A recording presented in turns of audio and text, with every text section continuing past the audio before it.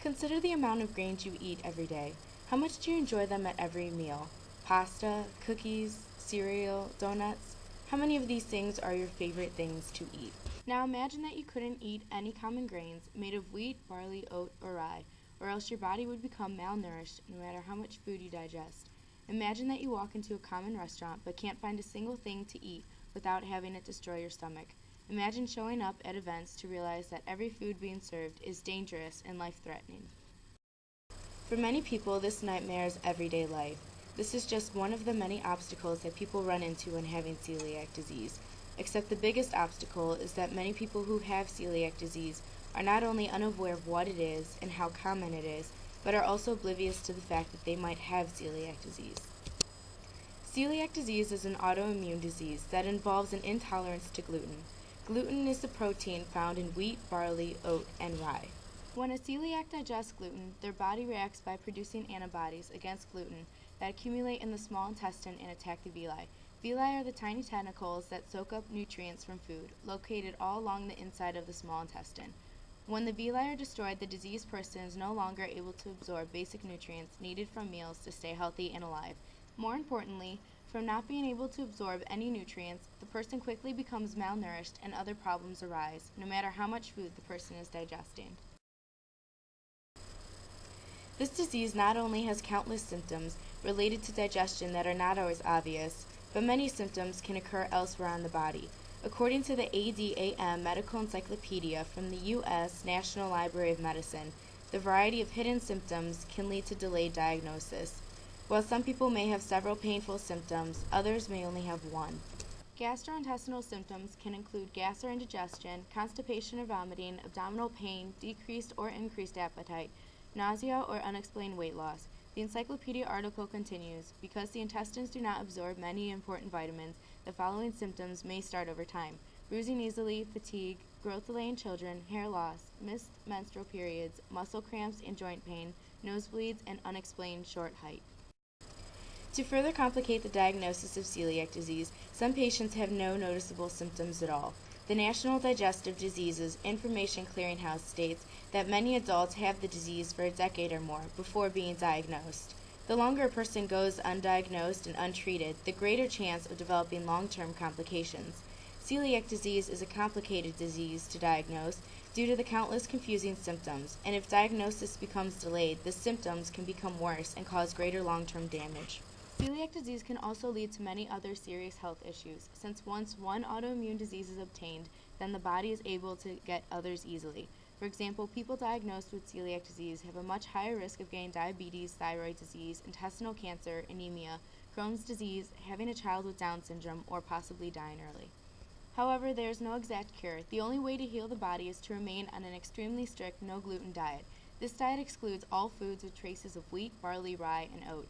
Gluten is a protein substance that gives baked goods their elasticity and helps these grains to rise when baked. The Celiac Disease Health Center from Webb, MD, comments that most people with the disease who adopt this diet permanently and consistently do not develop health problems associated with celiac disease. When people veer off of the strict diet, complications can arise as it completely damages the villi tissue, which are the most important parts of the inside of the small intestine. Cheating on the diet by digesting even the tiniest amount of gluten can cause symptoms to arise again until the intestine heals.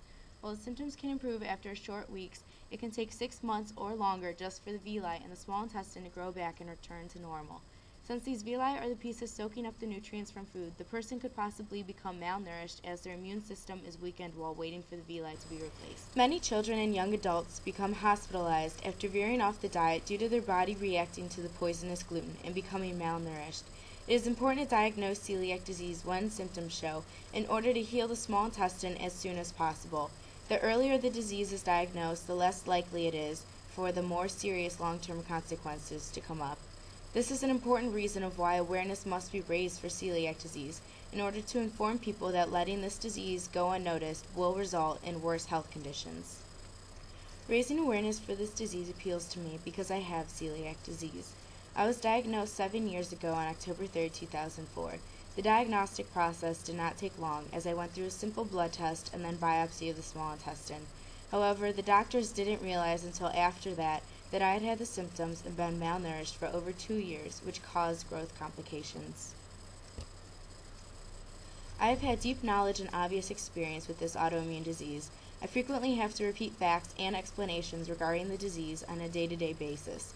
I've been educating my peers about celiac disease as I continue to meet new people, and I'm forced to share why I'm intolerant to grain foods. It has become apparent to me the number of people who are unaware of this disease. I can honestly tell you the process for being diagnosed with celiac disease is quite simple. However, many doctors are also unaware of this disease, and it can take time to identify the symptoms since they are tricky. Since there are many people who do not have severe symptoms, they could have the disease and not even know it.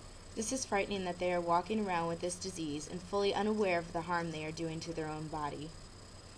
The National Institute of Diabetes and Digestive and Kidney Diseases of National Institutes of Health claims that more than 2 million people in the United States have the disease, or about 1 in 133 people. Among people who have a first-degree relative, a parent, sibling, or child diagnosed with celiac disease is as many as 1 in 22 people.